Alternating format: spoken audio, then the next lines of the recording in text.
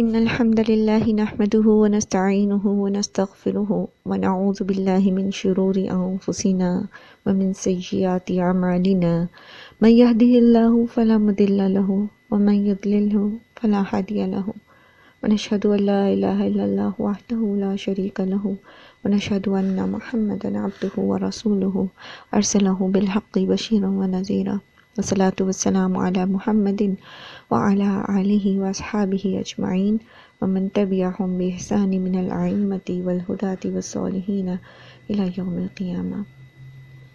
رب اشرح لي صدری ويسر لي أمری واحلل عقدة من لسانی يفقهوا قولی ربنا زدنا علما اللهم فقهنا في الدین آمین یا رب العالمین۔ السلام علیکم ورحمۃ اللہ وبرکاتہ۔ اعوذ باللہ من الشیطان الرجیم، بسم اللہ الرحمن الرحیم۔ آیت نمبر 239 تک ہم نے کمپلیٹ کر لیا تھا، اور یہاں ہم نے نماز کے بارے میں پڑھا تھا اور یہ سیکھا تھا کہ دیکھیں کہ اللہ سبحانہ و تعالیٰ نے نماز کا ذکر خانگی امور کے فوراً بعد کیا ہے، اور کیوں کیا ہے واللہ عالم، اللہ سبحانہ و تعالیٰ زیادہ بہتر جانتے ہیں، لیکن جو حکمت بظاہر علماء بیان کرتے ہیں جو ہمیں سمجھ آتی ہے وہ یہ ہے کہ نماز جو ہے چونکہ اللہ کی ملاقات کا دنیا میں ایک پریکٹس ہے، تو بندے کو یہ ریئلائز کرانا کہ اس نے اپنے رب کے سامنے پیش ہونا ہے، تو 5 وقت کی نماز جو بندہ اس کی حفاظت کرتا ہے وہ کبھی بھی کسی کا بھی حق مار نہیں سکتا، اور اس کو کہیں پر بھی احسان اور تقوی کا رویہ اختیار کرنا مشکل نہیں ہوتا، ٹھیک ہے۔ اور پھر نماز کی اہمیت کے بارے میں ہم نے بات کی تھی کہ نماز کی اہمیت کا جو احساس جو ہے وہ ہمیں ان آیات سے ہوتا ہے کہ جنگ کی صورتحال ہے تب بھی نماز چھوڑنے کی اجازت نہیں ہے، اور جہنم میں لے جانے والے اعمال میں سے ہے، جہنم میں لے جانے والے اعمال میں سے ہے کیا چیز؟ نماز کا چھوڑنا۔ جیسے کل ہم نے پڑھا تھا کہ جنتی جہنمیوں سے پوچھیں گے کہ ما سلککم فی سقر، سقر میں کیا چیز تم لوگوں کو داخل کیے؟ تو وہ کہیں گے قالوا لم نکن من المصلین، وہ کہیں گے کہ ہم نمازیوں میں سے نہیں تھے۔ اسی طرح سورہ قلم میں آتا ہے کہ جب قیامت کے دن ان کو سجدے کا حکم دیا جائے گا تو وہ سجدہ نہیں کر سکیں گے۔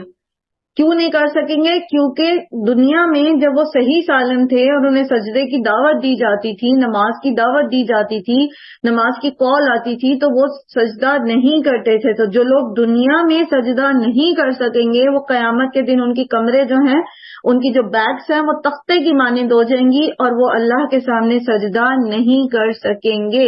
تو اس سے ہمیں نماز کی اہمیت کا بھی احساس ہوتا ہے۔ یہاں نماز کا تذکرہ کرنے کے فوراً بعد دوبارہ پھر خانگی امور کی طرف آ رہے ہیں۔ اللہ سبحانہ و تعالیٰ نے پھر سے یہی بیان کیا۔ اب آپ دیکھو کہ ایک بریکٹ لگا دی اللہ تعالیٰ نے نماز درمیان میں، شروع میں خانگی امور اور پھر خانگی امور۔ تو اس سے پھر کیا بات پتہ چلتی ہے کہ انسان جو ہے اس کو حقوق اللہ اور حقوق العباد میں بیلنس رکھنا ہے، ٹھیک ہے۔ جہاں ہم پر اللہ کے حقوق ہیں وہاں ہم پر بندوں کے بھی حقوق ہیں، اور جہاں ہم پر بندوں کے حقوق ہیں وہاں ہم پر اللہ کے بھی حقوق ہیں، اور انفیکٹ بندوں کے حقوق بھی اللہ کے ہی حقوق ہیں، کیونکہ وہ اللہ کے حکم ہے، اللہ کا حکم ہے کہ یہ معاملات ایسے اور ایسے کیا جائیں، اور یہ اللہ کا سب سے پہلا حق ہے کہ ہم اس کا حکم مانیں، ٹھیک ہے۔ تو یہاں اللہ سبحانہ تعالیٰ آگے پھر فرما رہے ہیں والذین یتوفون منکم ویذرون ازواجا، اور تو وہ لوگ جو تم میں سے فوت کر لیے جائیں، یعنی جن کی ڈیتھ جن کی ڈیتھ ہو، منکم تم میں سے، ویذرون اور وہ چھوڑ جاتے ہیں، ازواجن بیویاں۔ اچھا ایک بات یاد رکھیں کہ یہاں مقصد یہ ہے یتوفون کا لفظ آنے کا کہ یہ بتانا کہ فوت شدہ کی بات ہو رہی۔ تو بیسیکلی یہ جو کام ہے یہ زندگی میں کرنے کا ہے۔ ظاہر ہے آپ وصیت لازواجہم تبھی کر سکتے ہیں جب آپ زندہ ہیں، جب آپ فوت ہی ہو جائیں گے تو پھر آپ وصیت تو نہیں کر سکیں گے۔ تو اس سے وصیت کی اہمیت کا پتہ چلتا ہے کہ ہمیں وصیت کرنے میں دیر نہیں کرنی چاہیے۔ آگے انشاءاللہ جب ٹاپک پیچھے بھی ہم نے پڑھا تھا، جب ہم نے حضرت ابراہیم کے بارے میں پڑھا تھا کہ ابراہیم علیہ السلام نے اپنی بیٹوں کو بھی اسی چیز کی وصیت کی، ٹھیک ہے۔ تو وصیت کی اہمیت پھر ہمارے ذہن میں ہونی چاہیے کہ ہم کیا وصیت کرنا چاہتے ہیں۔ 1 منٹ سے بھی کم ٹائم میں کیا سوچا آپ نے، کیا وصیت کر کے جانا چاہتے ہیں آپ؟ جلدی سے کون بتائے گا؟ مختصر سی بات کرنی ہے، ٹھیک ہے، تاکہ ہم آج کا ٹارگیٹ اچیو کر لیں اپنا انشاءاللہ. کیا سوچا آپ نے؟ دیکھو نا، وصیت تو وہی ہوگی نا، یا بنی جو حضرت یعقوب علیہ السلام نے وصیت کی، حضرت لقمان علیہ السلام نے اپنے بیٹوں کو وصیت کی. اچھا، تو پھر کیا یہ وصیت لکھ رکھی ہے آپ نے؟ نہیں، ایک تو یہ ہے نا کہ انسان وربلی وصیت کرتا ہے، لیکن ہو نوز کہ ہمیں یہ موقع ملتا ہے یا نہیں ملتا. اپنی اولاد کو ہم بہت کچھ سکھاتے ہیں، لیکن جو بنیادی وصیت نصیحت کرنے کی ضرورت ہے، جو ہمارے مرنے کے بعد بھی ان کے لیے ہمارے لیے صدقہ جاریہ بن سکتی ہے اور ان کی ہدایت کا ذریعہ، وہ یہ وصیت ہے. ٹھیک ہے، ہم ان کو وصیت کریں. جیسے اس میں ہم نے سورہ بقرہ میں پڑھا تھا نا، وَإِذْ قَالَ لَهُ رَبُّهُ أَسْلِمْ قَالَ أَسْلَمْتُ لِرَبِّ الْعَالَمِينَ وَوَصَّى بِهَا إِبْرَاهِيمُ بَنِيهِ وَيَعْقُوبُ. تو جیسے ابراہیم علیہ السلام خود تھے کہ جب اللہ تعالیٰ کہتے تھے اسلم تو وہ کہتے تھے قال اسلمت لرب العالمین ووصى بها ابراہیم. تو ابراہیم علیہ السلام نے یہی وصیت جو تھی اپنی اولاد کو بھی کی، اور یعقوب علیہ السلام نے بھی، یعنی ان کے پوتے نے بھی. تو ہمیں یہ وصیت کرنی ہے کیا؟ فلا تموتن وانتم مسلمون، نہیں تم نے مرنا مگر یہ کہ تم اللہ کی فرما برداری ہی کی حالت میں ہو. تو وصیت لکھ لیں کسی دن بیٹھ کے. اچھا، وصیت لکھنے کا فائدہ کیا ہوتا ہے؟ وصیت لکھنے کا فائدہ یہ ہوتا ہے کہ خود ہمیں بھی اپنی موت یاد رہتی ہے، اور جب جب ہم وہ وصیت کھول کے دیکھتے ہیں اور اس میں کچھ امینڈمنٹ کرنا چاہتے ہیں، ویسے ویسے ہی ہمیں اپنی موت بھی یاد آتی ہے. چلیں آگے چلتے ہیں. والذین یتوفون منکم یذرون ازواجا وصیۃ لازواجہم، تو وہ وصیت کر جائیں اپنی بیویوں کے لیے. کیا وصیت کر جائیں؟ متاعا الی الحول غیر اخراج، فائدہ پہنچانے کی 1 سال تک بغیر نکالے. ٹھیک ہے، جب کوئی شخص، یہ اصل میں یہ احکامات جو ہے نا، یہ وصیت وراثت کے احکامات سے پہلے کے ہیں. بعض یہ کہتے ہیں کہ آیت میراث سے یہ منسوخ ہو گیا، کیونکہ اب بیوی کو وراثت مل جائے گی. ٹھیک ہے، وراثت میں اس کا حصہ مل جائے گا. سورہ نساء میں انشاءاللہ اس کی تفصیل پڑھیں گے. لیکن بعض یہ کہتے ہیں کہ نہیں، اب میراث کے متعلق تو نہیں وصیت کریں گے، لیکن کچھ اور وصیتیں کی جا سکتی ہیں. مثلا جو مرد ہے وہ اپنے گھر والوں کو یہ وصیت کر سکتا ہے کہ میرے مرنے کے بعد میرے بیوی بچوں کو گھر سے نہ نکالا جائے غیر اخراج. اگر بچے نہیں ہیں تب بھی اگر وہ یہ سمجھتا ہے کہ اس کی بیوی کی سیکیورٹی کے لیے ضروری ہے کہ وہ وہاں رہے، کیونکہ بعض اوقات کیا ہوتا ہے کہ عورت کے پیچھے کوئی بھی نہیں ہوتا، بھائی نہیں ہوتے، ماں باپ نہیں ہوتے، یا ہوتے بھی ہیں اگر بھائی ماں باپ نہیں ہوتے تو وہ کیئرنگ نہیں ہوتے. اس کو پتا ہے کہ اگر یہ وہاں جائے گی تو یہ مسائل میں پڑ جائے گی. تو مطلب وہ جتنی بھی چاہے وہ وصیت کر سکتا ہے کہ اس کو نہ نکالا جائے. ٹھیک ہے، اس کو بھیجا نہ جائے. پھر یہ کہ اس کے لیے کیئر کی وصیت کر سکتا ہے کہ اس کا خیال رکھا جائے، اس کا حصہ جو ہے وراثت کا وہ دیا جائے. یا پھر یہ کہ اگر اس کے بچے چھوٹے ہیں اور ایک ہی اس کا مکان ہے، ٹھیک ہے، مکان میں وہ رہتا ہے، اب جیسے ہی وہ فوت ہوگا تو ظاہر ہے اس کے ماں باپ کا بھی حصہ اس میں سے بنے گا، تو وہ اپنے ماں باپ سے یہ ریکویسٹ کر سکتا ہے، وصیت کر سکتا ہے کہ فوراً وراثت کو تقسیم نہ کرائیں، تھوڑا سا آپ اس میں ٹائم لے لیں. ایسٹیمیشن وغیرہ لگوایا جا سکتا ہے، کیونکہ وراثت کی تقسیم کا حکم تو اپنی جگہ موجود ہے، وہ تو کرنی ہی کرنی ہے. لیکن یہ کہ تھوڑا آپ ایسٹیمیشن لگا لیں، تھوڑا ٹائم دے دیں تاکہ میرے بچے بے گھر نہ ہو جائیں. ظاہر گھر بیچ کے ہی وراثت دی جا سکتی ہے، یا یہ کہ اگر اس کے پاس ویسے کوئی بیلنس ہے، اس کے پاس ویسے کوئی رقم ہے، تو بھی ابھی عورت کو ضرورت ہوگی آگے فنانسز کو مینج کرنے کے، تو فوراً تقسیم نہ کی جائے، تھوڑا سا اس کو ٹائم دے دیا جائے. تو اس طرح کی وصیتیں کی جا سکتی ہیں. بعض کہتے ہیں کہ یہ ابھی بھی ویلڈ ہے، اور بعض کہتے ہیں کہ نہیں، میراث کی آیت جب نازل ہو گئی تو پھر اب یہ والی وصیت کہ 1 سال تک اس کو نہ نکالا جائے، اب اس کی ضرورت نہیں ہے. پھر اللہ سبحانہ وتعالیٰ فرماتے ہیں فَإِنْ خَرَجْنَا، اور پھر اگر وہ نکل جائیں، یعنی وہ عورتیں خود یہ فیصلہ کر لیں کہ انہوں نے اس گھر میں نہیں رہنا، فَلَا جُنَاحَ عَلَيْكُمْ، تو پھر تم پر کوئی گناہ نہیں ہے. یعنی آپ نے، مرد نے اپنے لیول پر اس کی خیر خواہی کر لی، اب وہ خود سمجھتی ہے کہ نہیں اس کو وہاں نہیں رہنا، اور وہ دوسری شادی کرنا چاہتی ہے 4 ماہ 10 دن کے بعد، یا وہ جانا چاہتی ہے جہاں بھی جانا چاہتی ہے، تو اب مرد جو ہے اس کے اوپر کوئی گناہ نہیں ہے. فیما فعلن فی انفسہن من معروف، اس معاملے میں جو وہ کریں اپنے نفسوں کے بارے میں بھلے طریقے سے، یعنی دوسری شادی کا فیصلہ کرتی ہے یا میکے جانے کا فیصلہ کرتی ہے، تو یہ اب مرد جو ہے اس نے اپنا فریضہ جو ہے وہ ادا کر دیا تھا وصیت کر کے. واللہ عزیز حکیم، اور اللہ بہت زبردست ہے اور خوب حکمت والا ہے. وللمطلقات، اور طلاق یافتہ عورتوں کو متاع بالمعروف، فائدہ پہنچانا ہے بھلے طریقے سے، یعنی متاع طلاق دینا ہے ان کو. حقا علی المتقین، یہ تقوی اختیار کرنے والوں پر، یعنی متقین پر اس چیز کا حق ہے. متقین پر یہ اللہ کی طرف سے حق رکھا گیا ہے، یعنی یہ ان کا فریضہ ہے کہ وہ متاع طلاق دیں گے. ٹھیک ہے، اور متاع طلاق کیا ہے؟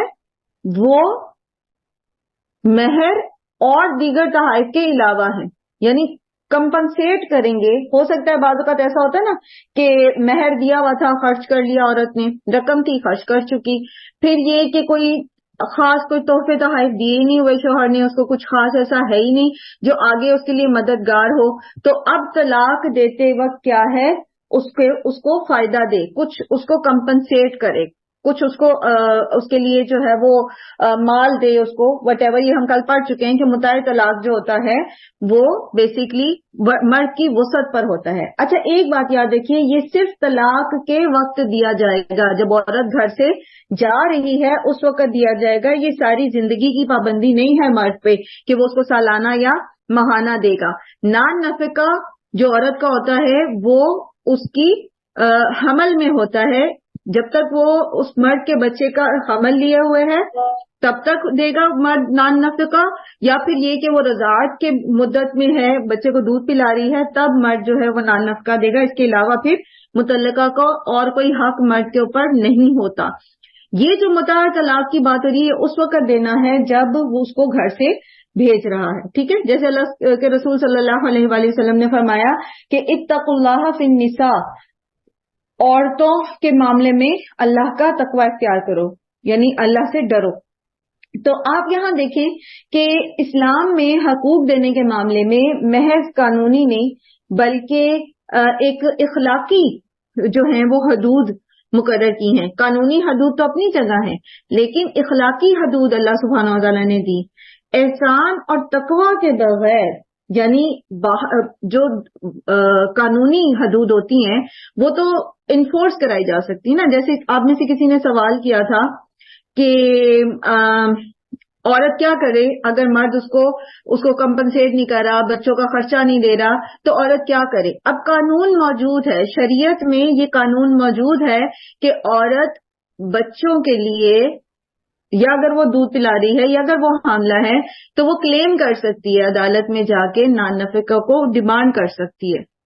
ٹھیک ہے، یہ قانون موجود ہے. لیکن پھر آپ میں سے ہی کسی بہن نے یہ کہا کہ ایسا ہوتا نہیں ہے، عام طور پر عورت کے پاس اتنے ریسورسز نہیں ہوتے، یا پھر یہ کہ عورت لوگ جو ہیں وہ دیتے نہیں ہیں اور لٹکاتے ہیں کیس کو، اور زیادہ خرچہ ہو جاتا ہے، زیادہ مسئلے ہوتے ہیں. تو اب قانون تو موجود ہے، لیکن اس قانون کی امپلیمنٹیشن کے لیے، اس قانون کو نافذ کرنے کے لیے جو ایک انٹیریئر فورس چاہیے، جو انر فورس چاہیے، جو ہمارے اندر سے قوت ہو، وہ ہے تقوی اور احسان. تو اللہ سبحانہ و تعالیٰ نے قانون تو ایک بتا کے ایک مرتبہ بتایا، اور ریپیٹڈلی وہ ہمارے اندر کی جو قوت ہے، جو ایمانی قوت ہے، اس کو اسٹرینتھن کر رہے ہیں. کیا کہا اللہ تعالیٰ نے؟ حقاً علی المتقین. ٹھیک ہے، پیچھے کیا پڑھا تھا آپ نے؟ حقاً علی المحسنین. ٹھیک ہے، پھر اس سے پیچھے کیا پڑھا آپ نے؟ کہ اتقوا اللہ. پھر کیا پڑھا آپ نے؟ کہ اللہ سے ڈرو، واحذروہ. ٹھیک ہے، تو اللہ تعالیٰ نے ان معاملات میں قانون دینے کے بعد چھوڑ نہیں دیا بات، کیونکہ اللہ تعالیٰ کو پتا ہے کہ قانون کو نافذ کرنے کے لیے جو اندر کی قوت ایمانی ہے وہ زیادہ ضروری ہے. اور اس کے لیے پھر آپ دیکھیں کہ ریپیٹڈلی جو ہے وہ تقوی اور احسان کا ذکر آ رہا ہے. یعنی جب تک انسان کے اندر اللہ کا خوف نہیں ہوگا، تقوی نہیں ہوگا اور پھر قانون کی پراپر امپلیمنٹیشن نہیں ہوگی، یعنی ان لوگوں کے اندر بھی تقویٰ نہیں ہے جو قانون نافذ کرنے والے ہیں، تب تک کسی کا حق جو ہے پراپرلی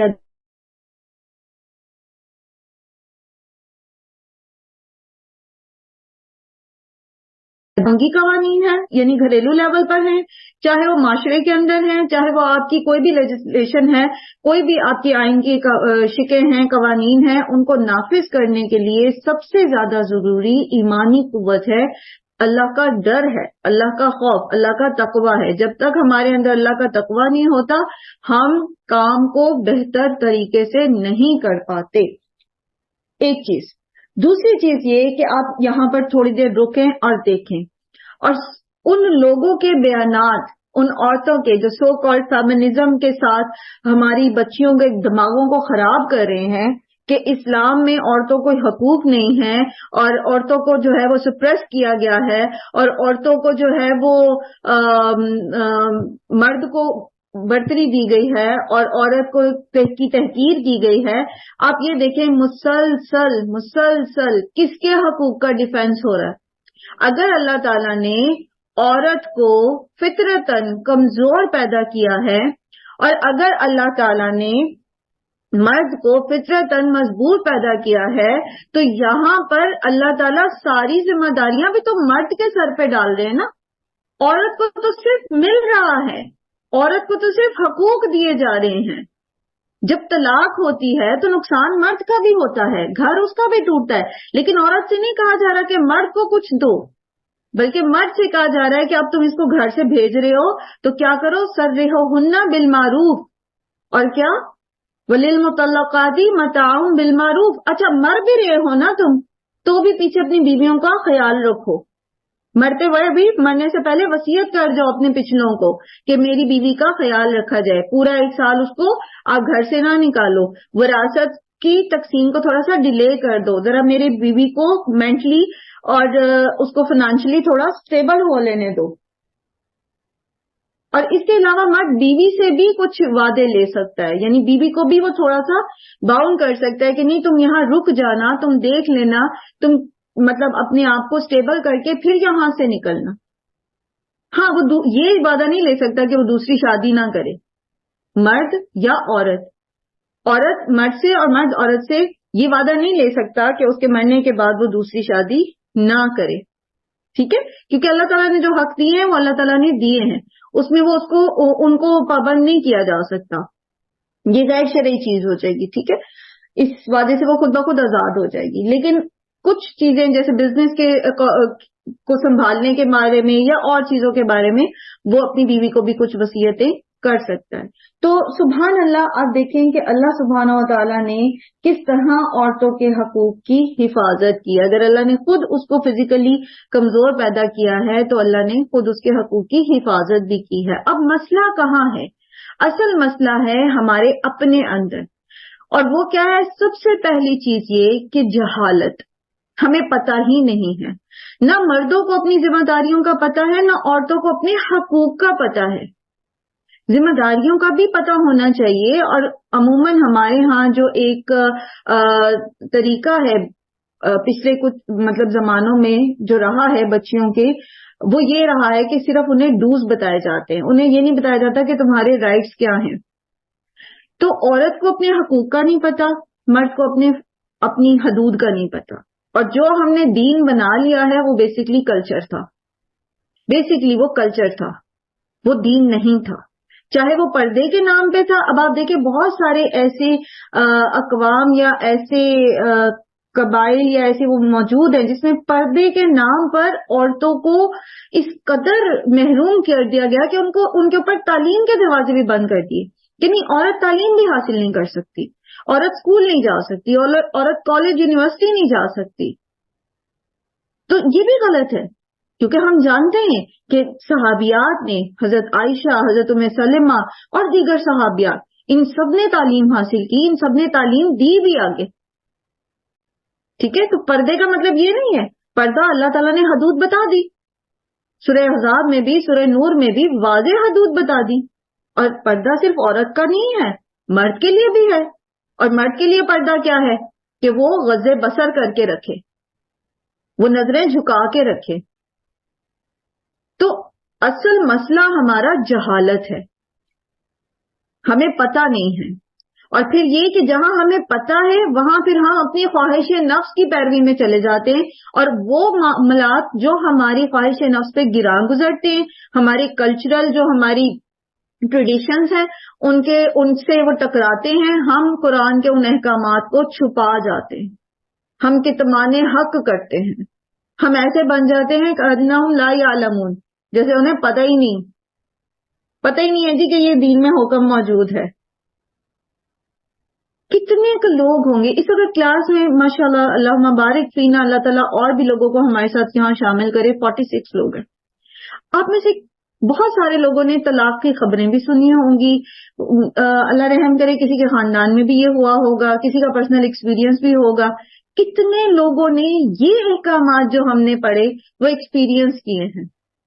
کوئی ایک بھی مجھے بتا دے.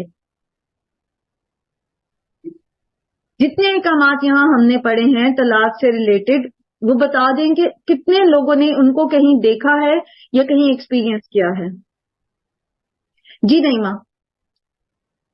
جی میم، آج کل میری بیٹی کی فرینڈ ہے اور وہ باہر ہی رہتی ہے سعودی عرب میں، تو وہاں پہ اس کے میاں نے اس کو طلاق دے کے پاکستان بہانے سے پہلے بھیجا اور پھر طلاق بھیج دی. اب میم وہ حالت اس کی یہ ہے کہ یہاں پہ وہ دوسروں سے مانگنے پہ مجبور ہوئی ہوئی ہے، اور میاں اس کا اس میں سعودی عرب میں کما رہا ہے اتنا زیادہ کہ بڑی بڑی گاڑیاں رکھی ہیں، اور وہ بچے کو اس کا نفقہ نہیں دے رہا، اور وہ بچے کی خاطر لوگوں سے مانگنے پر مجبور ہو رہی ہے. اب یار دیکھیں کہ یہ تو عام پریکٹس ہے نا. مطلب میرا جو سوال تھا نا وہ یہ تھا کہ جو ہم نے پڑھا ہے اگر کسی کا ہوگا بھی نا تو 0.00001% کوئی ہوگا جس کو یہ ایکسپیرینس ہوا ہو کہ اس نے اس لیول پر جو ہے وہ جیسے اللہ کے احکامات ہیں ان کی پاسداری دیکھی ہو. ورنہ عام طور پر ہمارے ہاں بالکل اس کے اگینسٹ چل رہا، بالکل اس کے اگینسٹ. تو وجہ کیا ہے؟ پھر وجہ ہے وہ جہالت اور وہ خواہش نفس کی پیروی جو ہمیں اللہ کے احکامات پر عمل نہیں کرنے دیتی. پھر اللہ تعالیٰ ہمارے کذالک یبین اللہ لکم آیاتہ لعلکم تعقلون، اسی طرح اللہ سبحانہ و تعالی اپنی آیات کو تمہارے لیے واضح کر کے بیان کر رہے ہیں تاکہ تم عقل سے کام لو، تاکہ تم عقل سے کام لو. اس میں تمہارا ہی فائدہ ہے. اگر تم ان احکامات کے اوپر عمل کرتے ہو تمہارا فائدہ ہے. ذرا سوچو تو صحیح، ذرا کوشش تو کرو، ذرا سمجھو تو صحیح کس کے رہنے کی، کس کے معاشرے کی خوبصورتی اور امن کے لیے یہ احکامات دیے جا رہے ہیں. کوئی فرشتوں کو اس کا فائدہ ہونا ہے، کوئی جنات کو اس کا فائدہ ہونا ہے، کوئی حیوانات کو اس کا فائدہ ہونا ہے. کس کو فائدہ ہونا ہے اگر ہم ان پر عمل کرتے ہیں؟ ہم انسانوں کو ہی فائدہ ہونا ہے، ان دونوں انڈیویجولز کو ہی فائدہ ہونا ہے جو اس معاملے میں مبتلا ہوئے ہیں. یہ نہیں کہا اللہ تعالیٰ نے فرض کرے اللہ تعالیٰ پابندی لگا دیتے طلاق پر، طلاق کا کانسیپٹ ہی نہ ہوتا، پھر کیا بن جاتی نا جہنم زندگی. لیکن اللہ تعالیٰ نے غیر فطری حکم کوئی بھی نہیں دیا. لعلکم تعقلون، سوچو تو صحیح، یہ جو احکامات ہمیں دیے جا رہے ہیں یہ ہم کر سکتے ہیں، تبھی تو اللہ نے حکم دیا. اور اللہ تعالیٰ نے ہم پر کوئی ایسا حکم نہیں ڈالا جو ہم کر نہ سکیں. اینڈ اس سے اگلی چیز یہ کہ عقل مند ہونے کا تقاضا یہ ہے، یعنی یہاں پر اللہ سبحانہ وتعالیٰ فرما رہے ہیں نا کہ کذالک یبین اللہ لکم آیاتہ لعلکم تعقلون. تو اللہ کے نزدیک ہم عقل مند ہیں ہی تب جب ہم اللہ کی ان واضح کھلی صاف آیات کو سمجھتے ہیں. اب آپ مجھے بتائیں، یہ ایک کرائیٹیریا، اللہ نے یہ آیات، اس میں کوئی وہ جسے کہتے پیش و خم ہے، پیچ و خم ہے کوئی ان آیات میں؟ کوئی فقہی موشگافیاں ہیں؟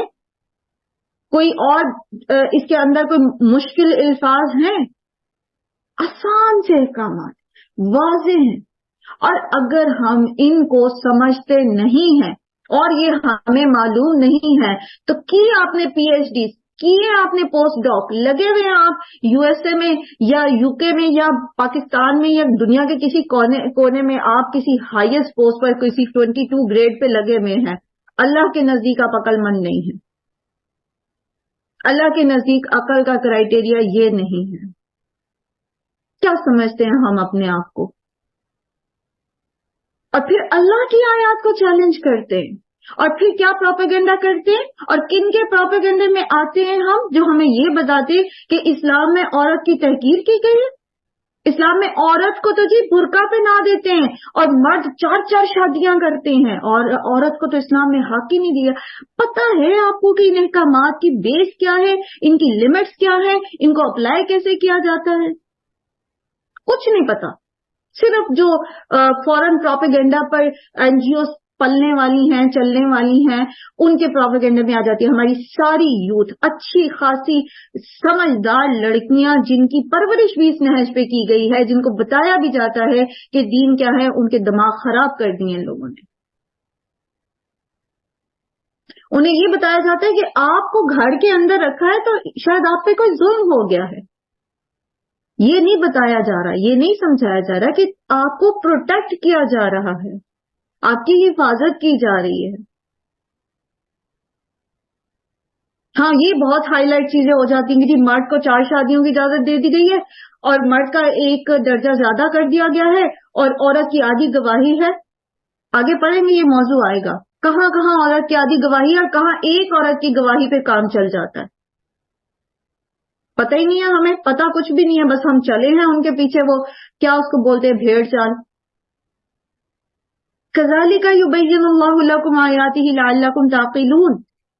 عقل سے کام لو، اللہ نے تمہارے لیے یہ چیزیں کھول کھول کے بیان کر دی.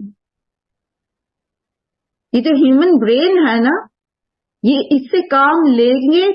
یہ اللہ نے ہمارے دماغ، یہ جو ہمیں ڈال کے دیا نا ہماری باڈی میں، یہ اسی لیے ڈال کے دیا کہ اس سے کام لیں.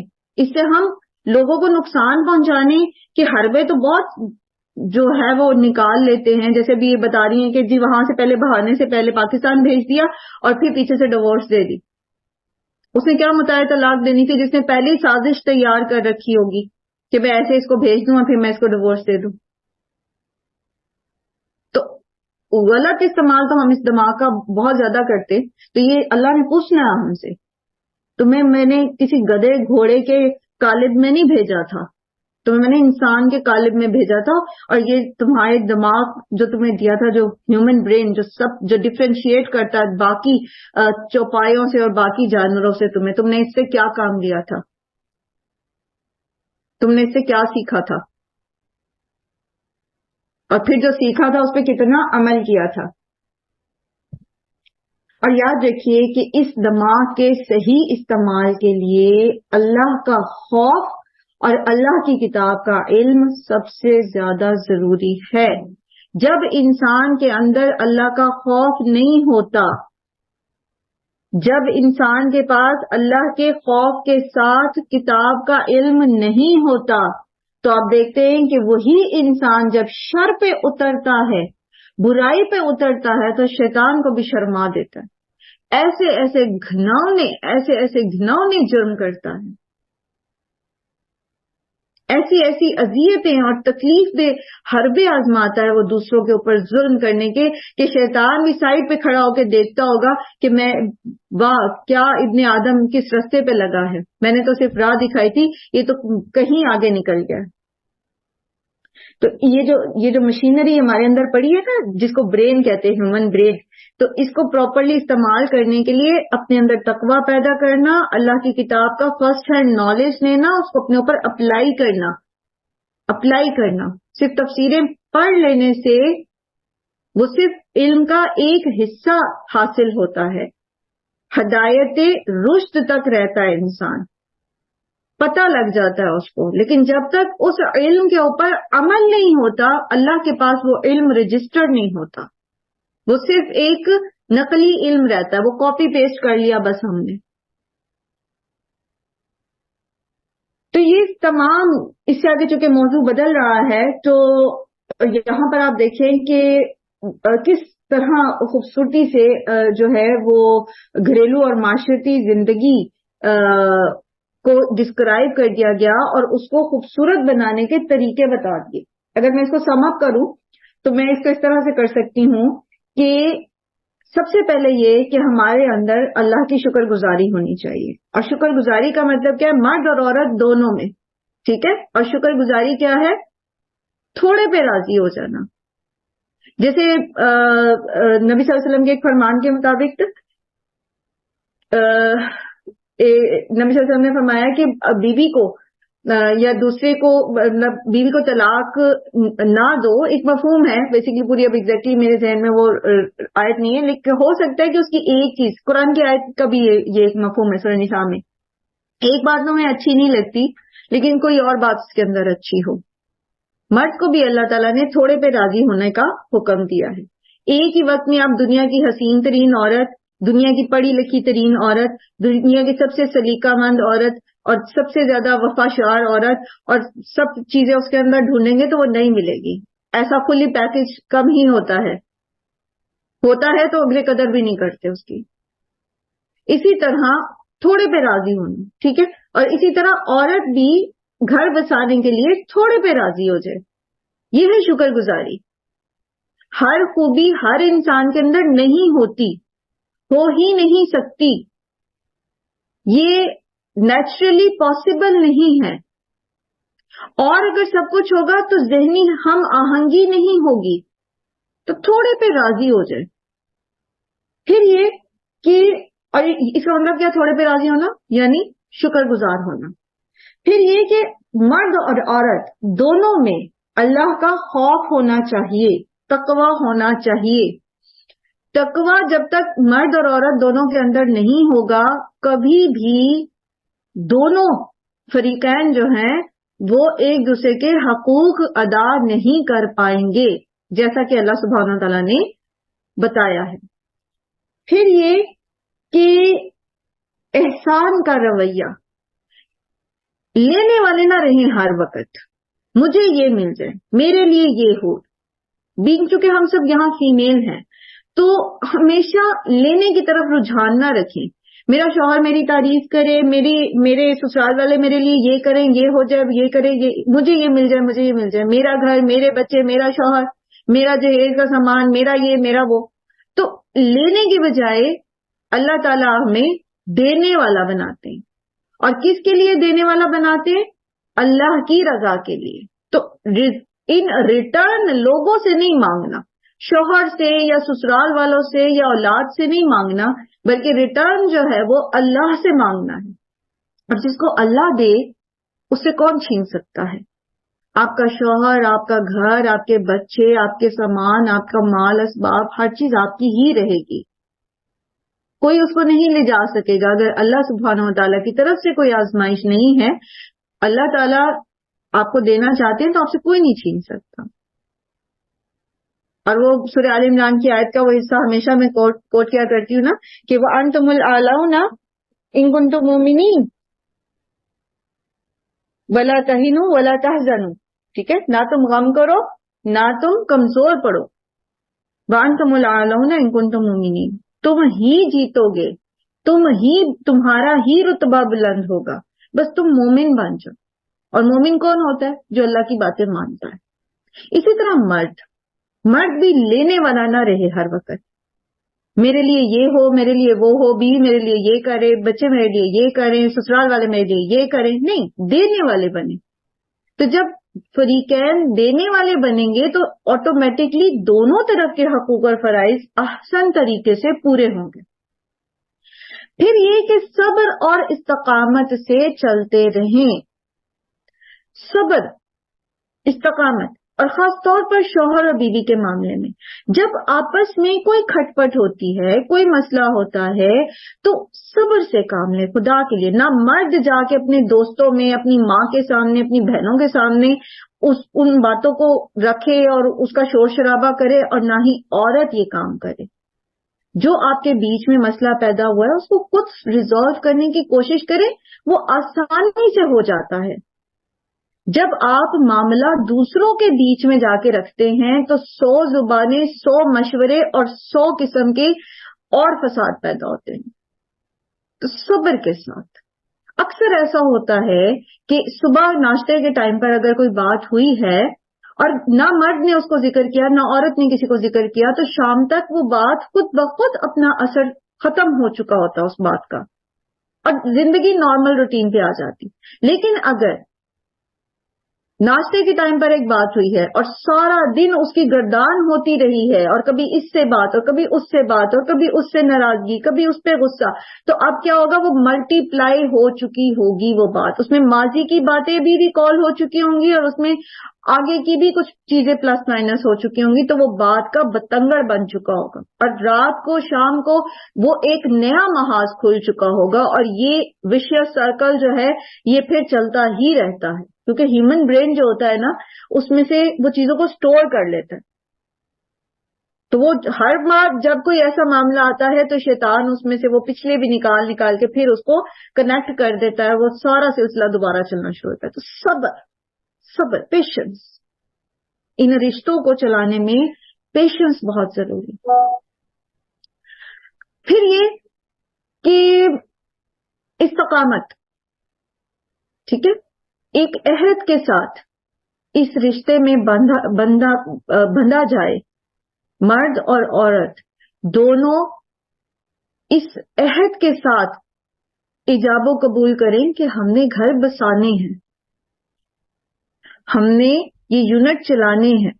کوئی بات نہیں اگر مجھے کہیں کمپرومائز کرنا پڑ بھی جاتا ہے تو کوئی بات نہیں، کہیں مجھے اپنا حق چھوڑنا پڑ بھی جاتا ہے تو کوئی بات نہیں، میں نے اس کو اپنی پوری اسٹرگل کرنی ہے اس کو چلانے کے لیے. آج آپ کے معاشرے میں، ایک اسلامک معاشرے میں، ڈیورس ریٹ کہیں زیادہ ہو چکا ہے آج سے 20 یا 25 سال پہلے کی نسبت.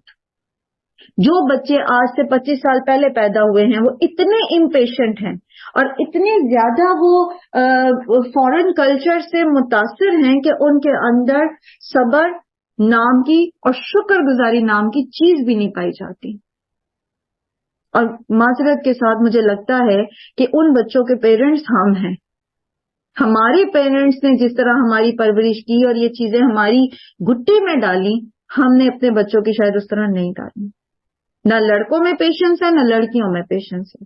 چھوٹی چھوٹی باتوں پر وہ سلیپنگ پلز کھا کے ہسپتال پہنچے ہوئے ہوتے ہیں، چھوٹی چھوٹی باتوں پر ڈیورس دے دیتے ہیں، چھوٹی چھوٹی چیزوں پر جو ہے وہ گھر کے اندر فساد پیدا ہو جاتا ہے.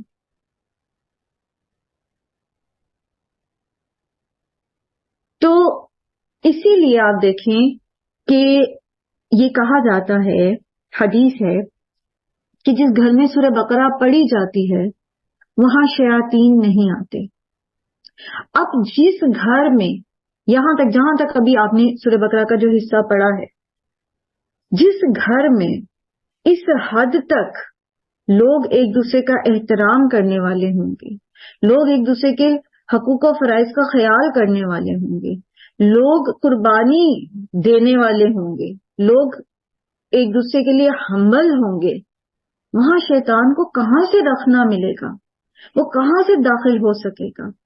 جہاں بیوی نے بھی اپنے کان دوسروں کی باتوں پہ بند کر رکھے ہیں، اس کو کسی جو مرضی لوگ کہتے رہیں، وہ ان پر عمل نہیں کری، وہ اچھائی پہ عمل کری، وہ اللہ کے احکامات پہ عمل کری. جہاں مرد نے بھی دوسروں کی فتنہ پرور باتوں سے اپنے کان بند کر رکھے، اپنی آنکھیں بند کر رکھی، وہاں شیطان کہاں سے داخل ہوگا؟ یہ کان اور آنکھیں ہی ہوتی ہیں نا جہاں سے وہ آ جاتا ہے وسوسے ڈالنے ہمارے دل میں. اس لیے بالکل شروع میں جب میں نے سورہ بقرہ پڑھنی شروع کی تھی تو میں نے عرض کیا تھا کہ اگرچہ اپنی جگہ ہے وہ احکامات اپنی جگہ ہیں، ان کا اجر ان کا ثواب اپنی جگہ ہے جو قرآن کی قرات کا ہے، لیکن جب بات عمل کی آتی ہے نا تو قرآن عمل کرنے کی کتاب ہے. It's not just for the book of recitation. جو اس کا ثمرہ ہے، جو اس کا پھل ہے، جو اس کی بلیسنگز ہیں، وہ آپ تبھی انجوائے کر سکتے ہیں جب آپ اس پر عمل کرتے ہیں. ایک لمحے کے لیے ہم سب سوچیں ایک ایسے گھر کا تصور جہاں اس طرح کے لوگ رہتے ہیں. ساس ہے تو وہ بہو اور بیٹی میں فرق نہیں کرتی، بہو ہے تو وہ ماں اور ساس میں فرق نہیں کرتی، شوہر ہے تو وہ ماں کے حقوق اس کی جگہ اور بیوی کے حقوق اس کی جگہ دے رہا ہے، بہو ہے تو وہ اپنے بیوی ہے تو وہ اپنے شوہر کو ایموشنلی یا مالی طور پر برڈنائز نہیں کر رہی، وہ اس کے حقوق ادا کر رہی ہے. اولاد ہے تو وہ ماں باپ کا ادب احترام کرنے والی ہے، ماں باپ ہیں تو وہ اولاد کی اسلام کے پوائنٹ آف ویو سے تربیت کرنے والے اور ان کو سکھانے والے ہیں. آپس میں ایک دوسرے کے حقوق ادا کرنے والے ہیں، رشتہ داروں کے، پڑوسیوں کے. وہ کیسا گھر ہوگا؟ وہ جنت کا نمونہ نہیں پیش کرے گا؟ کہاں سے اس گھر میں بے چینی آئے گی؟ مال ہو یا نہ ہو، اس گھر میں سکینت ضرور ہوتی ہے، کیونکہ مال کا سکینت سے تعلق نہیں ہے، سکون سے تعلق نہیں ہے. یہ سکون انسان کے دل کے اندر ہوتا ہے. یہ شدید بھوک میں بھی، بھوک تو محسوس ہوتی ہے، کرامپس تو پڑتی ہیں پیٹ میں، لیکن دل بے چین نہیں ہوتا. ہاں، آپ نے پیٹ بھر کے کھایا ہے اور پھر بھی آپ کو اینٹی ڈپریسنٹ جو ہیں وہ کھانی پڑ رہی ہیں، پھر بھی آپ کو سونے کے لیے نیند کی گولیاں کھانی پڑ رہی ہیں، وہ عذاب ہے. بھوک عذاب نہیں ہے، بھوک تو آزمائش ہے. کرتے ہیں آپ تصور ایک ایسے گھر کا، تو دنیا میں ہی جنت بن جاتی ہے نا. پھر ان کے لیے جو محسن ہوتے ہیں، جو مومن ہوتے ہیں، جو متقی ہوتے ہیں، پھر ان کی جنتیں تو دنیا بھی بن جاتی ہیں، اور آخرت میں تو جنت ان کے لیے ہے ہی، کیونکہ ان اللہ یحب المتقین، ان اللہ یحب المحسنین. اللہ تعالیٰ تو محبت کرتا ہے پھر آپ سے، تو وہ آپ کو جنت میں نہیں لے کے جائے گا، پھر وہ آپ کو جہنم کی آگ سے بچا کر جنت میں نہیں لے جائے گا. تو دنیا بھی جنت اور آخرت بھی جنت. کیا مشکل ہے اس میں؟ مجھے یہ بتائیں، کیا پہلی مشکل آپ کو، آپ کی سوچ میں آ رہی ہے ان معاملات کو ایسے پورا کرنے میں؟ سب سے پہلی مشکل، ایک ایک کر کے. جی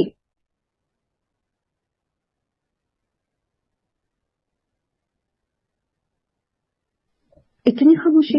ہاں جی جی سدرا. میم اس میں یہ ہے کہ مطلب ایک منٹ، اب سب نے مجھے فون کر دیا. ٹھہر جا جی، سدرا سے اسٹارٹ کرتے ہیں، دین بشرا، دین سمن. جی جی سدرا، مختصر تاکہ ہم آگے. ہمارا نفس آڑے آتا ہے کہ دفعہ ہماری خواہش نفس آتی ہے. خواہش نفس، انا، سو کال، ٹھیک ہے، انا، میں کیوں، میں ہی کیوں، ہر بار میں ہی کیوں کروں، ایسے ہی ہے نا. میں ہی کیوں معاف کروں، میں ہی کیوں جھکوں، میں ہی کیوں اس کے لیے یہ کروں. تو اس کا آنسر کیا ہے؟ ساتھ ساتھ مسئلے کو سالو بھی کرتے ہیں. میں ہی کیوں یہ کروں؟ کیونکہ اللہ کا حکم ہے. انٹل انلیس کہ آپ کے ایمان کو خطرہ نہیں ہے، انٹل انلیس کہ آپ کے ساتھ بہت ابیوسو کوئی معاملہ نہیں ہے، وربلی یا فزیکلی. یہ ہمیں خود پتا ہوتا ہے نا، جیسے اللہ کے رسول صلی اللہ علیہ وسلم نے فرمایا نا، اپنے دل سے سب سے پہلے فتوا لو. تو ہمیں خود پتا ہوتا ہے کہ کہاں ہم جو ہیں وہ چھوٹی چھوٹی باتوں کو بڑی بڑے بنا رہے ہیں، اور کہاں ہم واقعی ہمارے ساتھ زیادتی ہو رہی ہے. ٹھیک ہے، تو کیوں کروں، میں ہی کیوں کروں؟ کیونکہ اللہ کا حکم ہے. دوسرا یہ کہ مجھے کیا فائدہ ہوگا، تو مجھے اجر اللہ سے ملے گا. تو جس کو اللہ اجر دے اور جس کے پاس یہ موٹیویشن ہو کہ اللہ سے اجر ملے گا، تو اس کو کچھ بھی کرنا مشکل نہیں لگتا. جی سمن. جی میم، مجھے اپنے آپ سے لگتا ہے کہ تھوڑے پہ شکر نہ کرنا، یہ سب تھوڑے سے پہ بڑی شکر نہ کرنا، ایگزیکٹلی. تھوڑے پہ شکر نہیں ہوتا. ہمیں ایک چیز مل جاتی ہے نا، شوہر میں ایک خوبی ہے تو ہمیں 4 خوبیاں اپنے بہنوئی میں اور نندوئی میں اور بھائیوں میں اور باپ میں نظر آ رہی ہوتی ہیں، اور ہم کہتے ہیں کہ یہ کیوں نہیں ہے اس میں، جبکہ وہ ایک خوبی بہنوئی میں نہ ہے بھی نا، اس پہ نظر کم ہو جاتی ہے اور دوسروں کے پاس جو ہے اس پہ زیادہ ہو جاتی ہے. اوکے، اس کا حل کیا ہوگا؟ اس کا حل کیا ہے؟ اس کا حل یہ ہے کہ جی جی جی جی میم بتائیں. آپ بتاؤ، آپ بات کری تھی. جی میم مجھے یہی لگتا ہے کہ ایک تو ہم جب جڑے رہتے ہیں قرآن پاک سے تو آپ کو پتہ چلتا رہتا ہے، اور آپ نے ہر وقت اپنے آپ کو ایک وہ جیسے میں پہلے بھی کہتی ہوں کشمکش میں لگے رہتے ہیں، تو آپ کرتے رہیں آپ اپنے اندر عادت انبلڈ کرنے کی کوشش کریں. ہاں ہیبٹس ڈیولپ ہو جاتی ہیں. ٹھیک ہے، انشاءاللہ جو ہمارا نیکسٹ انشاءاللہ ہماری جو وہ ہوگی ٹریننگ ورک شاپ جس میں ہم ایڈکشنز کو پڑھیں گے، اس میں انشاءاللہ ہم یہ بہت تفصیل سے پڑھیں گے کہ ہیبٹس کیسے ہم اپنی ڈیولپ کرتے ہیں. انشاءاللہ اللہ تعالیٰ ہمیں توفیق دے. اوکے، تو شکر گزاری کیسے پیدا کریں ہم اپنے اندر؟ سب سے پہلے تو اللہ کے رسول صلی اللہ علیہ وآلہ وسلم نے ہمیں ایک فارمولا دے دیا ہے، اور وہ فارمولا یہ ہے کہ ہمیشہ اپنے سے نیچے دیکھو. جی میم میں بھی یہی کہنے لگی تھی. ہمیشہ اپنے سے نیچے دیکھو گے تو شکر گزاری پیدا ہوگی، اوپر دیکھو گے تو ہمیشہ ناشکری پیدا ہوگی. تو آپ کو اللہ کے رسول نے منع کر دیا دنیا کے معاملے میں اوپر نہیں دیکھنا. ٹھیک ہے، اوپر نہیں دیکھنا، نیچے دیکھو. تمہارے پاس جوتے نہیں ہے نا تو اس کو دیکھو جس کے پاؤں بھی نہیں ہے، خود بخود شکر گزاری پیدا ہو جائے گی. جی سارا کے بعد بشرا. جی سارا، اگلے کیا مسئلہ ہوتا ہے ہمارا؟ جی ہم جو نا صبر کے معاملے میں بہت وہ ہے، ہم سے کسی بھی چیز سے کوئی چھوٹی سی بات ہم صبر نہیں کر سکتے، فوراً اپنا ری ایکشن دے دیتے. جب ہم ری ایکشن دیتے ہیں تو پھر ظاہر سی بات ہے ہمارے معاملات خراب ہوتے. ٹھیک ہے، جزاک اللہ. آپ کا گلا کافی خراب ہے سارا، اللہ تعالیٰ آپ کو صحت دے، آسانیاں نصیب کرے. صبر کیسے پیدا کیا جائے اپنے اندر؟ جیسے بھی میں نے عرض کیا نا، لٹرلی یہ ایک سروے ہے کہ ڈیورس ریٹ پچھلے یہ جو جنریشن پچھلے 25 سال میں پیدا ہوئی ہے، ان میں ڈیورس ریٹ ملٹی پلائی ہو چکا ہے آلموسٹ 200%. لائک 25-30 سال پہلے جو ڈیورس ریٹ تھا اس سے کہیں زیادہ ہو چکا ہے. یہ پاکستان کے فگر سے، باہر کی تو ہٹ چھوڑ دیں. انہوں نے تو جو عذاب اپنے جھیلے وہ ہمارے اندر ٹرانسفر کر دیے اور اب ہم جھیل رہے ہیں. تو اس میں ایک بڑی وجہ امپیشنس ہونا، بالکل بے صبری. صبر ہی نہیں ہے. ایک نے ایک بات کی ہے، دوسرے نے دھڑ سے اس کا جواب دیا. ایک نے ایک غلطی کر دی ہے، دوسرا وہیں پہ لٹ لے کے کھڑا ہو گیا، چاہے وہ مرد سے عورت کی بات ہو یا عورت سے مرد کی بات ہو. صبر ہی نہیں ہے. تو یہ صبر کیسے پیدا ہوگا؟ سولوشن کیا ہے اس کا؟ صبر کیسے پیدا ہوگا؟ اللہ سبحانہ تعالیٰ نے قرآن کریم میں فرمایا وَاسْتَعِينُوا بِالصَّبْرِ وَالصَّلَاةِ. ٹھیک ہے، تو اور پھر کیا؟ ان اللہ مع الصابرین. اگر میں اپنے آپ کو فوری ری ایکشن دینے سے روکتی ہوں تو مجھے کیا فائدہ ہوگا؟ وہ جیسے وہ کہتے ہیں نا کہ keep your eyes on reward. جب آپ ریوارڈ پر نظر رکھتے ہیں تو پھر آپ کو جو درمیان میں ہنڈرسز آتی ہیں، جو ہرڈلز آتی ہیں، آپ اس کو پھلانگتے چلے جاتے ہو کیونکہ آپ کی نظر اس ریوارڈ پہ ہوتی ہے جو آپ کو ملنے والا ہے. تو بیچ میں آنے والی مشکلات آپ کے لیے معنی نہیں رکھتی. تو keep your eyes on reward. ان اللہ مع الصابرین، اللہ میرے ساتھ ہوگا. اور پھر کیا ہے؟ ان اللہ یحب الصابرین. ٹھیک ہے، اللہ تعالیٰ صبر کرنے والوں سے محبت کرتا ہے. یہ آیت نہیں ہے، ٹھیک ہے، لیکن اللہ تعالیٰ بے شک اللہ تعالیٰ صبر کرنے والوں سے محبت کرتا ہے، کیونکہ صبر ہی آپ کو تقویٰ کی طرف لے کے جاتا ہے، صبر ہی آپ کو احسان کی طرف لے کر جاتا ہے. یہ صبر جو ہے یہ سب سے انیشیل جو ہے وہ سٹیپ ہے. پھر یہ آپ کو شکر گزاری اور احسان مندی اور احسان کرنے اور تقویٰ اختیار کرنے کی طرف لے کر جاتا ہے. تو صابرین کے ساتھ اللہ سبحانہ تعالیٰ ہے. ٹھیک ہے، صابرین کے ساتھ اللہ تعالیٰ ہے. اللہ کی مدد صبر کرنے والوں کے ساتھ ہے.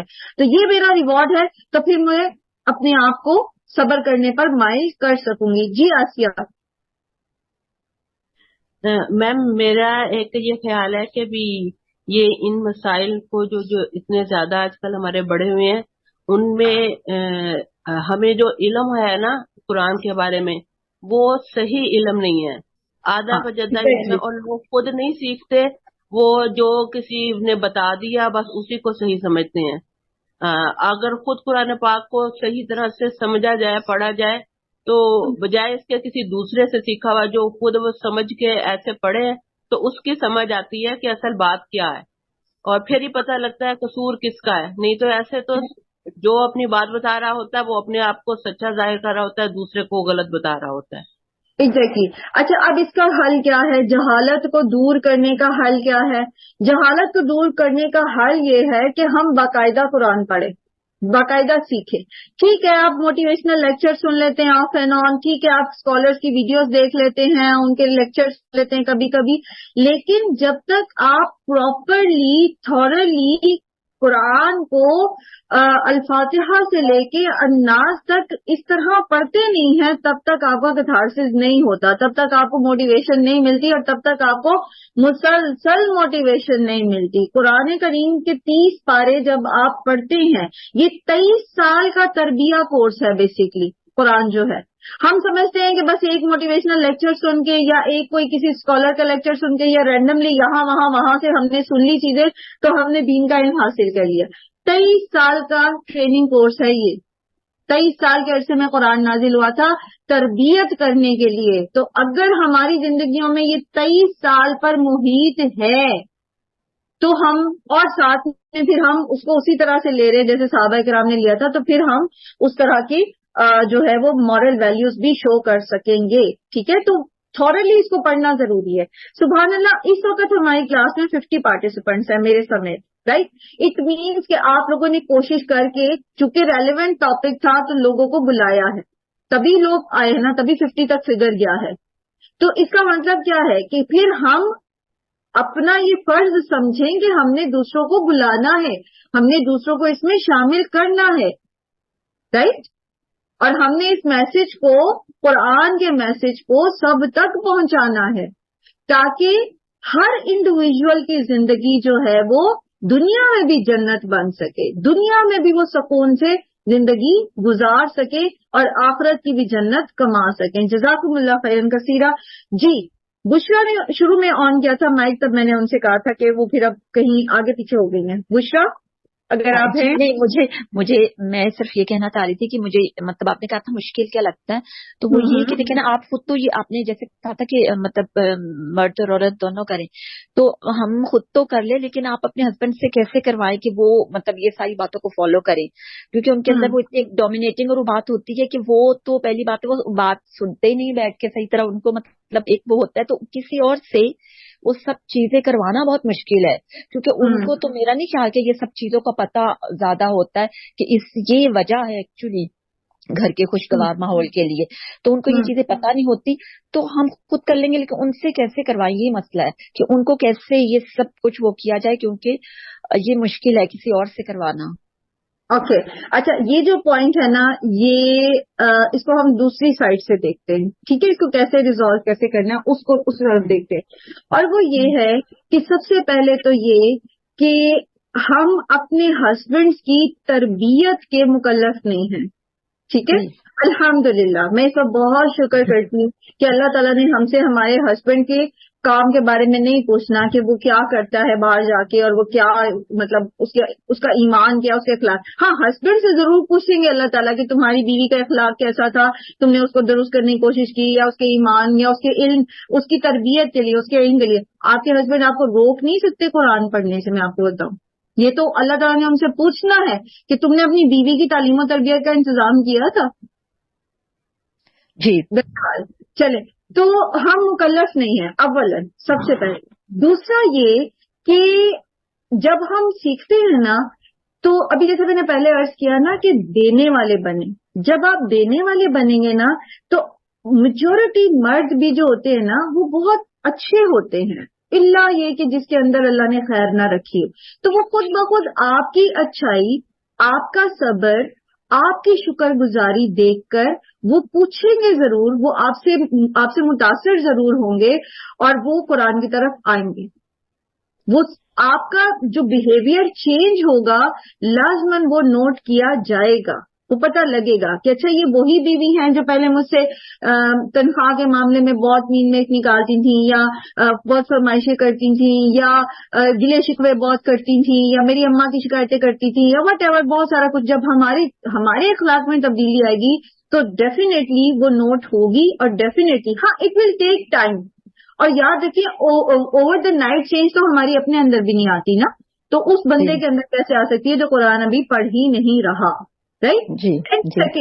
And second and more important thing, اور وہ یہ ہے کہ اپنے ہسبینڈ کے اوپر فوکس کرنے کی بجائے اپنے بیٹوں کے اوپر فوکس کریں، اپنی بیٹیوں اور بیٹوں کے اوپر فوکس کریں. جو کچھ ہم نے سیکھا ہے وہ ہم اپنی اولاد کو سکھائیں، کیونکہ اولاد کے بارے میں ماں سے سوال ہونا کہ ان کو سکھایا تھا کہ نہیں سکھایا تھا. تو چینجز جو آتی ہیں، جیسے خرابی ایک رات میں نہیں آتی، اسی طرح بھلائیاں بھی اچھائیاں بھی اوور نائٹ چینجز نہیں آتی.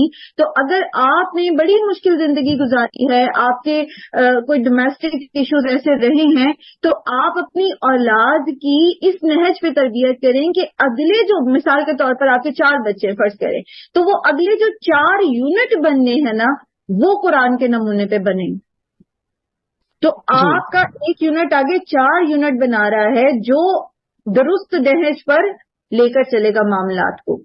اور اپنا اجر آپ اللہ سے مانگے، اپنا معاملہ اللہ پہ چھوڑیں اور اللہ سے دعا کریں. دعائیں ضرور کیا کریں. وہ جیسے جو متقین ہیں، جو عباد الرحمان ہیں، ان کی وہ دعا ہے نا کہ ربنا حب لنا من ازواجنا وذریاتنا قرۃ اعین، ٹھیک ہے، وجعلنا للمتقین اماما. تو اپنے ازواج کے لیے بھی، جیسے آپ اپنی اولاد کی ہدایت کے لیے دعا کرتے ہیں، تو اپنے ازواج کی ہدایت کے لیے بھی اللہ سے دعا کریں، مانگے، اللہ تعالیٰ دیں گے انشاءاللہ. آمین. ٹھیک ہے. تو میرا خیال ہے کافی سیر حاصل ڈسکشن اس کے اوپر ہو گئی ہے ہماری، اور ہم سب یہ کوشش کریں گے، ہم سب اپنے ساتھ یہ عہد کریں کہ ہم دینے والے بنیں گے. ٹھیک ہے، ہم شکر گزار بنیں گے، یعنی تھوڑے میں راضی ہونے والے بنیں گے. ہم اپنے اندر اللہ کا تقوی پیدا کریں گے، اور ہم صبر اور استقامت کے ساتھ اپنے گھریلو معاملات کو لے کر چلیں گے انشاءاللہ. ٹھیک ہے، ہم سب اپنے ساتھ وعدہ کریں، اپنی اپنی کمزوریوں کو دیکھیں، کہاں کہاں میرے مسئلے. بعض خواتین بہت اچھی ہوتی ہیں، بہت بہت زیادہ سرونگ ہوتی ہیں، سارا دن کام کرتی ہیں، ایک ایک چیز کا اپنے شوہر کا، بچوں کا، سسرالوں کا خیال رکھتی ہیں، لیکن جب وہ تھک جاتی ہیں تو ایسی چڑچڑی ہو جاتی ہے کہ ان کے سامنے جو بھی ہوتا ہے نا، وہ پھر پناہ ہی مانگتا ہے کہ اس ٹائم پہ ان کے سامنے نہ جایا جائے. تو وہ جو ہماری زبان ہے نا، جو ہمارا چڑچڑا پن ہے، وہ ہماری کمزوری ہے جو ہماری نیکیوں کو ضائع کرا رہی ہے. جب آپ کسی کو کے سامنے مزیدار سا کھانا رکھیں گے، اس کے کپڑے وارڈروب میں استری کیے ہوئے ہوں گے، گھر صاف ستھرا ہے، باقی چیزیں بڑی احسن ہیں، لیکن آپ بولتے ہیں تو آپ کے منہ سے جو ہیں وہ کیا میں کہوں کہ وہ تیر اور نستر چلتے ہیں، تو وہ ساری نیکی ضائع ہو جائے گی، ساری نیکی. ہم اسے ہر کوئی یہ دیکھے کہ میرا ویک پوائنٹ کیا ہے، کہاں مجھے اپنے اوپر کام کرنے کی ضرورت ہے، اور صرف اللہ کی خاطر، کیونکہ میرے رب کا حکم ہے وَلَا تَنْسَوْا الْفَضْلَ بَيْنَكُمْ. جب طلاق جیسا معاملہ جہاں نفرت، غصہ، غم اور بہت سارے نیگیٹو جو ہیں وہ اسپیکٹس ہو سکتے ہیں، وہاں اللہ تعالیٰ کہہ رہے ہیں وَلَا تَنْسَوْا الْفَضْلَ بَيْنَكُمْ. تو ویسے گھر کے اندر جب ہم رہ رہے ہیں تو وہاں کیوں نہ ہم ایک دوسرے کے اوپر فضل کریں. اور فضل کیا ہوتا ہے؟ جو دوسرا ڈیزرو نہیں کرتا، جیسے بھی بشرا نے کہا نا، ہسبینڈ نہ کر رہا ہے، عورت کر رہی ہے، تو عورت کرے، کیونکہ اللہ تعالیٰ نے کہا کہ ایک دوسرے کے اوپر فضل کرنا نہ بھولو. وہ نہیں کر رہا تو وہ اپنے عمل کے لیے خود اللہ کے سامنے جواب دے. ہم تو کریں نا اپنی جگہ، تاکہ ہمیں تو ریوارڈ ملے. ٹھیک ہے، کریں گے سب، کوشش کریں گے سب انشاءاللہ میم، انشاءاللہ. اور ایمانداری سے. بے شک رات کے کسی پہر آپ اٹھ جاؤ، فجر کے وقت جب کوئی آپ کے پاس نہیں ہے، بچے یا ہسبینڈ، کاغذ پینسل ایک پکڑ لو، اس کے اوپر لکھو، اس کے اوپر لکھو میری کیا برائیاں ہیں، میری کیا کیا چیزیں مجھے مسائل کریٹ کر رہی ہیں، کس کس جگہ پر. وہ لکھ لو، لکھ کے اس کو پڑھو، 1 دفعہ 2 دفعہ 3 دفعہ 4 دفعہ، ایمانداری سے. اپنے آپ کو جسٹیفائی نہیں کرنا، اپنی غلطیوں کو جسٹیفیکیشن نہیں دینی. ٹھیک ہے، ایمانداری سے. اور 8-10 دفعہ اس کو پڑھنے کے بعد ٹک مارک لگاؤ کہ اس میں سے سب سے بڑی خرابی کون سی ہے.